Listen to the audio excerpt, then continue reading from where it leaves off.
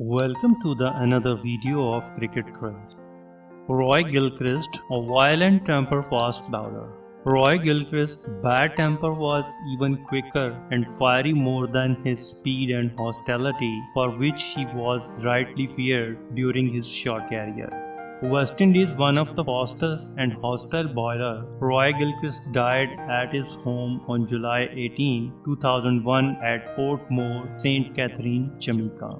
He was 67 years old, suffering from Alzheimer disease. His dramatic brief career ended in ignominy in 1958-59. His captain Gerry Alexander sent him home because he bowled over aggressively and had too many beamers to Indian batsmen. He was tough to manage, with constant frictions with Gerry Alexander off the field. After that, Roy Gilchrist was banished from international cricket and joined the Lancashire Leagues and Middleton. He bowled furiously in 1958 and 59 and captured 280 wickets. He was successful there, and his career was going on to capture 100 wickets every year until 1979. Roy Gilchrist's violently overreactive attitude caused so many troubles throughout his career. Even his furious assaults continued in a charity match. His venomous bowling and fiery hostile personality were spearheaded along with Westhow. Roy Gilchrist was a short-paced bowler at around 1.7 meter. He seemed to generate extra pace from extraordinary long arm. In his 13th test, he took 57 wickets at the rate of 26.68.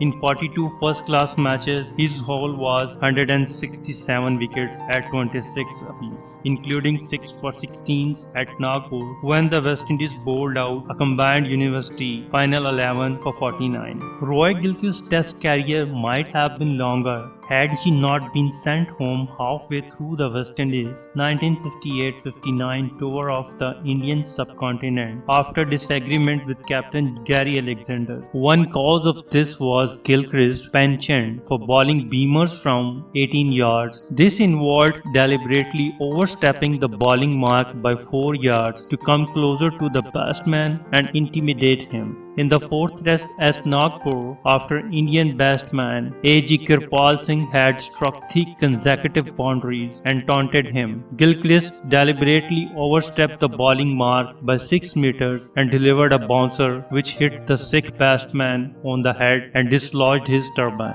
Hence, in the following match against North Zone, he unleashed a barrage of beamers against Sawaranjit Singh, whom Alexander had known at Cambridge. He ignored his captain's instruction to cease this form of attack. During the lunch interval, Alexander substituted him and he was subsequently sent home, while the other players proceeded to Pakistan for the remainder of the tour. Alexander told him, "You will leave by the next flight. Good afternoon." This marked the end of his test career. There were suggestions that he had pulled a knife on Alexander. Gilchrist was said to be one of the only 4 bowlers ever to have actually hit the side screen after first bounce on the pitch on the full. There is some doubts about this, as the scorebook for the match in question, however, showed only 3 extras. After retiring from cricket, he lived in England for many years. Roy Gilchrist captured 21 wickets at home against Pakistan in the 1957-58 Caribbean Tour. Roy Gilchrist was unsettling Pakistani batsmen who were seeking to avoid facing him. Even though Hanif Mohammad, in a heroic inning of 337, faced 40 Gilchrist overs to save the match for Pakistan.